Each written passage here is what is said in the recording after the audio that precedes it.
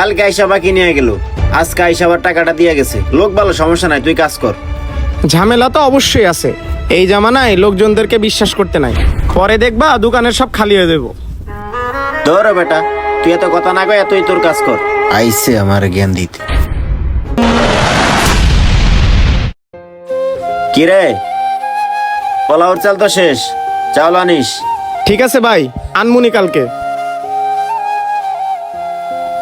ভাই এই যে আপনার বাকি 550 টাকা। আরে ভাই আপনি, বুঝলাম না ভাই, আপনি এত অস্থির হয়ে যান কে টাকা দেওয়ার লাগিয়া? ভাই আপনি তো জানেন আমার বাকি রাখতে ভালো লাগে না, নেন টাকাটা রাখেন।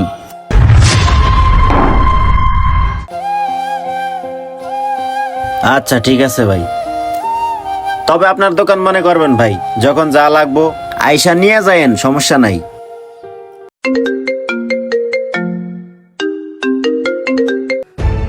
হ্যালো, হ্যাঁ মেহমান আসছে? ও আচ্ছা, সদাই লাগবে না? ঠিক আছে, আমি দেখতেছি। কি হয়েছে ভাই, কোনো সমস্যা? না ভাই, ওই হঠাৎ করে একটু মেহমান আসছে তো, কিছু সদাই লাগতো। সদাই লাগবে, নেন, সমস্যা কি? ভাই লাগে তো অনেক কিছু, কিন্তু আজকে আছেই আমার কাছে 1000 টাকা, এখন কিভাবে যে নেই।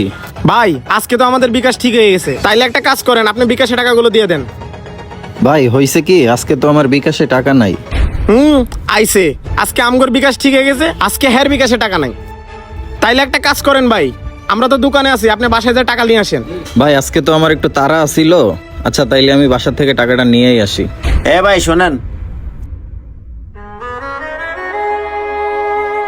এত কষ্ট করে বাসায় যাওয়া লাগবে না তো, কি লাগবে কোন?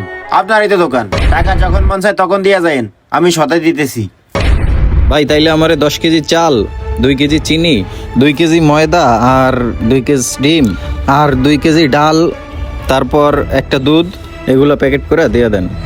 আচ্ছা ঠিক আছে ভাই, দিতেছি। এই লোকের মতলব বুঝলাম না, 2 দিন পর পর সদাই নিবার আয়, আবার পকেটে টাকাও থাকে না, আর ভাইও হ্যারে বিশ্বাস করে সবকিছু দিয়ে দিতেছে। আল্লাহই জানে ভাই এই টাকা উঠাইতে পারে কিনা।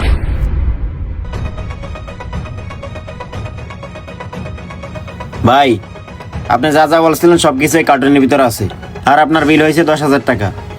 এই নেন ধরেন। ভাই তাইলে এই যে 1000 টাকা রাখেন, আর বাকি টাকাটা পরে এসে দেওয়া যাবে না। আচ্ছা ঠিক আছে ভাই। ভাই তাইলে আপনি আমার ফোন নাম্বারটা রাখেন, যদি আমার দেরি হয় দিতে তাইলে আপনি আমার একটু ফোন দিয়ে মনে করায় দিয়েন।